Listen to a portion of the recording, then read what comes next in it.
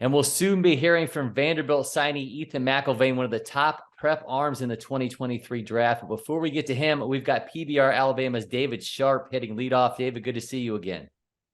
Man, great to be on. Thanks for having me on. Look forward to talking about some Alabama guys. Yeah, absolutely. The Alabama high school state playoffs are just getting underway. And as they do, David, let's hear about some of the players that have made some serious noise in the Yellowhammer State. Man, three guys that have really jumped out to our staff, and all three of them are getting ready for the state playoffs. One of those guys is Chris Billingsley, a right-handed pitcher, a 2023 from Bibb County. He's headed to East Central Community College in Mississippi. We've seen Chris for a couple years, and always known he's had an electric arm. He's been, we've seen him most of the time, 86, 88, but my son, our scouting director, went to watch him a couple weeks ago, and he has really made a big-time jump in both velocity and his secondary pitch. That velocity had, in his outing that we saw a couple weeks ago, he was 90, 93 and bumped some 94s. So, really electric fastball. And he's really, really gotten better command of that breaking ball, was able to flip that in, and in high school, you're low 90s and can really flip in a quality breaking ball. You're going to be tough to beat. And I know that Bibb County, when you put him out there, you got to like your chances of winning, and they get started this week. Two other guys that will be in the playoffs, and in Alabama, it's a little different. The 1A through 6A playoffs begin this weekend. 7A, the largest classification, they're finishing up their last series of area play, and they will get started next week with the 7A playoffs. But two other guys in 7A that have really jumped out to us, and one of them is a well-known name, a 2026 from Daphne High School, Steele Hall, a top 30, a top 50 player in the country. He's already committed to the University of Tennessee. Man, we have always loved to watch him play. Hits at the top of that Daphne order. Can make it 1-0 real quick in the top of the first with one swing of the bat. Really, shows a ton of power to both gaps. Just he physically, he's not where he's going to end up being. He's going to continue to fill out physically. But his skills are just off the chart. His makeup is off the chart. He plays the game with a little bit of swagger about himself, which a lot of the really good players do that, can really defend. I know I saw him make a play early in the season at our PBR South Alabama Showdown behind the bag at second base. Made it, to the normal fan, it looks like a routine play, but it's not. Stretching so far to that glove side, gets his shoulders turned and threw a strike to first base. And then just, to even add more to it, we also saw him come in the back end of a game and closed it out up to 91 on the mound. That's a freshman. So that's big time talent there. And then the last guy is a guy named Jacob Haley. He's a 2023 signed with the University of South Alabama. He has missed about the last year of the last year. He had Tommy John surgery. Always knew he's always been a really good arm, but had Tommy John surgery, missed last year. And the Senators have been slow to work him back into their rotation this year. He's come in and, thrown 2 or 3 innings here, 2 or 3 innings there. But now I think he's full go. I know last week he threw a 5-inning complete game where one of our guys was there. He was 90, 92 and bumped some 93s, and, a hammer breaking ball with a lot of depth at the end. And, he's just, again, much like Billingsley, you put him on the bump, you got to like your shot. And then we think that Haley can swing the bat as well as he throws the ball up on the mound, hits out of the 2-hole for the Senators, and can really swing it. Got a lot of power to the pull side, but those are 3 guys that have really jumped out, and 3 guys that are going to have to be really good for their clubs to continue a march through the playoffs as they get started this week and into next week. Well, Dave, listen, I truly appreciate it, man. Enjoy the state playoffs, and we'll catch up again real soon. You got it. Thanks for having me on.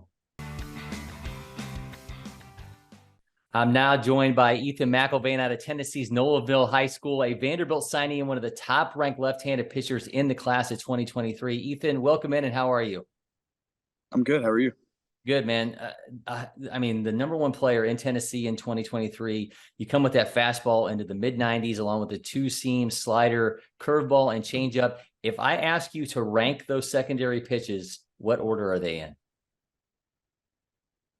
It's a close second between the 2-seam and the slider, probably, and then the changeup and the curveball are coming along pretty well. So I think all of them I have quite a bit of confidence in, but the 2-seam and the slider are definitely the 2 that I use the most, other than the fastball. Do you like one as an out pitch more than the other, or is it to the point where you feel like I can confidently get that pitch to do what I want it to in those key moments? No, I usually feel like I can do what I want with them. Obviously, there's those days where, you don't have what you want in your arsenal that's just not working the right way. But most of the time, it's usually my slider. I can throw in a 3-1 count if I want to get hitters off balance, especially in high school. A lot of high school hitters don't expect a 3-1 slider to come in there, so they'll swing right over the top of it or get in there for a strike. Or if I'm not feeling it, I just go with the two seam. So it's usually on. So that's what's nice about them. I know the scouts love the deception and the delivery out of that 3/4 arm slot. How have you kind of learned to use that to your advantage to keep hitters off balance? It took me a while, honestly. I didn't start really pitching until I was 14, so this is kind of it kind of took off real quick. But over time, I just figured out that the more that I throw strikes, the better I am. My regular fastball has tail on it, much less the two seam.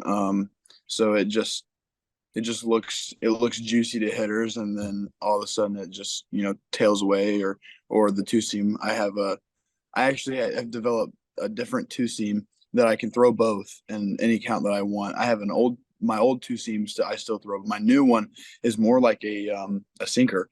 So I'll throw it in an 0-2 count or something, and it looks like it's juicy, and then it drops right off the table, but it's still around 93 miles an hour. So, but back to the arm slot, that's one thing that I have learned to handle over the years. My dad was when I was growing up, my dad was a big guy on having the right arm slot for your body and everything, and we would always get yelled at if we threw sidearm or whatever. So I've had to learn not to let my arm drop big time, especially with the slider and the curveball. At times I can let my arm drop, and he'll be like, "Hey, don't let that arm drop, because that just makes you rotate around the ball, and then it just spins, and if it gets hung, somebody's gonna tallywhack it." So tell me about the development then of that second two seam. Was that something you discovered in a bullpen? Was it, I mean, where did you get to the point where you found like, okay, I think I've got something here. Let's take it in game. Yeah, so actually I was just throwing before a game one day. It wasn't even on a day that I was pitching or anything, and I play the field when I don't pitch. So I was just throwing with my throwing partner, and we were just messing around with pitch grips and stuff. And I don't even throw a knuckleball, but sometimes we'll throw some knuckleballs in there, just having fun and everything. But I turned the ball one time just to see what it would feel like my regular two seam, but I just turned it a little bit more, and I threw it, and I was like, wow, that dropped quite a bit. So in my next short box that I threw, which I always throw a short box 2 days before my start, I was throwing in my younger brother, who's my catcher, and we were throwing it. He was like, dude, that looks really good. You could probably throw that in an 0-2 count, but it hasn't been highly developed yet. Like, you haven't thrown it a lot yet, so I don't know if I would throw it in an 0 count. Well, we flashed to this Monday. This has been a recent thing too. We flashed to Monday, and I'm throwing, and it's looking good to hitters. I didn't throw it a whole lot, but all of a sudden in a 0 count, he threw that down to throw it, and I threw it, and it looked great. So it's been recent, but it looks really good. So I think there's not just a whole lot of difference in the two. One just tails more, and one drops more. So it's just based on the hitter's swing. If I can see, like if a guy has a really launch angle swing, I might be able to get by with the old two seam that just runs, because they try to lift the ball, so then they swing under everything. So it just depends on the hitter's swing a lot of times, which one I'll throw and everything. So you mentioned your brother Evan is a freshman. What's that been like in getting to share your last season of high school baseball with him? It's been good and bad at the same time. I'm not gonna lie. I hadn't gone to school with him since I was in elementary school. We've changed so much since then. So we've had to learn how to deal with each other in different ways, having to learn how to live with each other at home, and then come to school with each other. We never get a break from each other. We got to go to practice with each other and everything. So, but it's been real fun. He's a great catcher. He's come a long way. He's hitting good now. He was struggling at the plate at the beginning of the year, which is understandable for a freshman, but coming along, he's hit off some pretty good pitchers. So there have been games where I've been sitting there and I'm like, okay, my young brother's hitting better than me. We got to figure something out. Vanderbilt certainly, I know for you, Vanderbilt certainly a brand name, especially in college baseball. I think it has to be elevated in the state of Tennessee. Tell me what that meant for you to, one, get pursued by Vanderbilt, and then that moment when you put pen to paper as a signee. Both times it took a while to sink in, honestly. Freshman year, you're an immature kid. At that point, I wasn't really a pitcher. I was just throwing. I was just up on the mound and I was just throwing, and I happened to throw hard and happened to have good off speed. But like every college, they see projectability in a player. They see that a player can mature, and if he's got what he's got right now, then he can only go up. So they saw that in me, and I didn't even see that in me yet. That's what's awesome about these these college programs. They see stuff in players that players don't even see in them yet. So, but getting offered, especially with my brother being there, it was really awesome because I've always looked at my brother like he's Nolan Ryan, like he's just me. So, going through that whole process and then doing the same thing that he did was really exciting. And the older I get, the more I want to do things like on my own, and I want to branch off and do things on my own. But every day is just a blessing, and I was really excited to get the offer to commit and then also to sign in this year. You mentioned your brother Chris, drafted by the Reds in 2022 out of Vandy. How much have you kind of leaned on him in terms of what to expect over these next few months? I know you're focused right now on this senior season, but obviously the MLB draft is something that's going to be there as well. It could end up being a big decision for you. How much have you leaned on him just in terms of what to expect over these upcoming months? He's offered me quite a bit of guidance with the whole situation. He tells me he's been through both.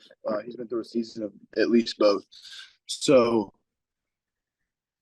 going through high school, he told me, what to expect, what it's like, what the life is like. And then when he got to pro ball or when he went through the draft process, he told me what that all was like. So it's been awesome to be able to have him in my corner just because he helps so much, at least with the mentally preparing part of it and stuff like that. And then, going into the pitching side of it, he's helped me so much just because sometimes I'll send him videos and say, hey, I don't know what I was doing wrong in this outing. It wasn't as good as I wanted it to be.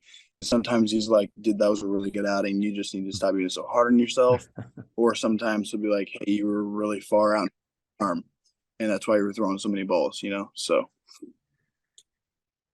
Fantastic. Listen, Ethan, man, I truly appreciate the time. Best of luck the rest of the season and the decision that awaits you this summer, man. Appreciate it.